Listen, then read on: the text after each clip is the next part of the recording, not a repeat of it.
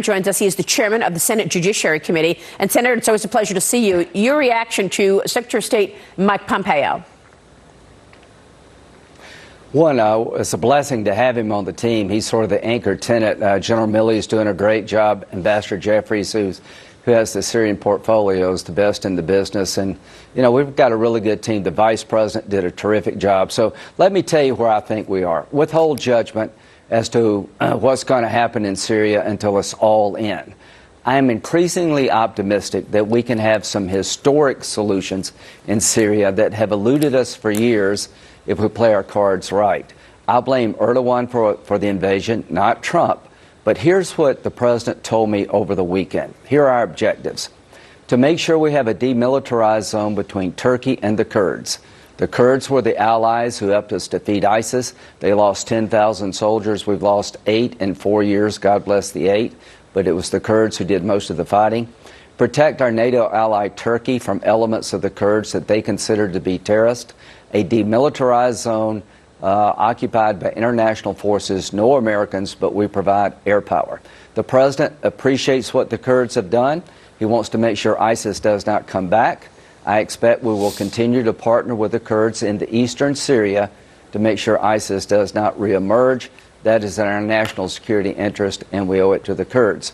The big thing for me is the oil fields.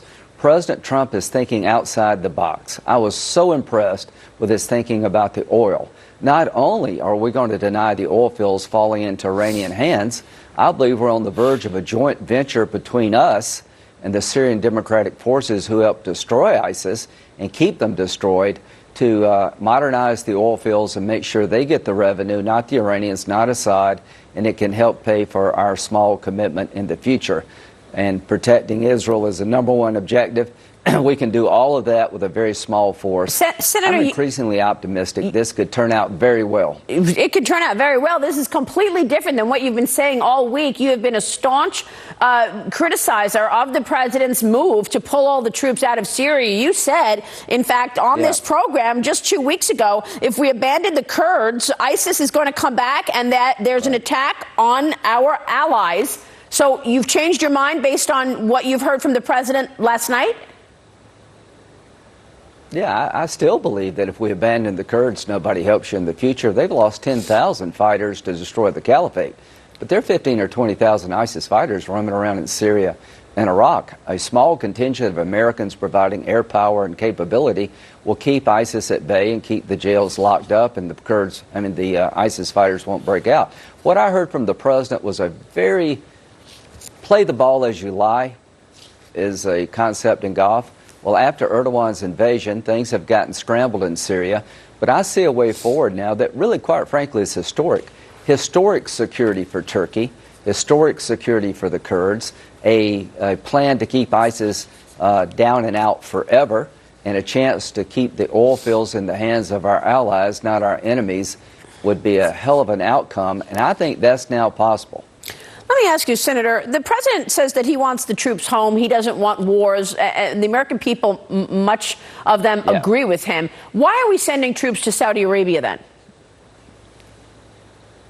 Well, because Saudi Arabia is an ally and Iran's an enemy, and Iran's the biggest state sponsor of terrorism on the planet. They're trying to build a nuclear weapon. They're liars. They murdered their own people. They dismembered Lebanon and Yemen and on and on and on. They got American blood on their hand. They attacked the largest oil field in the world in Saudi Arabia. And it's in our interest to make sure that oil field is protected and the world's economy doesn't plunge because of misadventures of Iran. That's why what President Trump is proposing in Syria, a joint venture dealing with the southern oil fields in Syria between our allies, the Kurds and the Arabs who helped us destroy ISIS, is a historic change that could pay dividends for the region, and quite frankly, we could generate revenue to pay for our commitment in Syria, something we haven't been able to do. So the bottom line here is you got to play the ball where it lies, and if President Trump fulfills the objectives he laid out to me, then I think we can end Syria successfully. And God bless all those who have fought to destroy ISIS. Wow. Well, that's breaking news this morning, Senator, that you actually do see a way forward after you've spoken with the president on his plan to secure those oil fields. Thank you for that. I want to switch gears real quick before you go.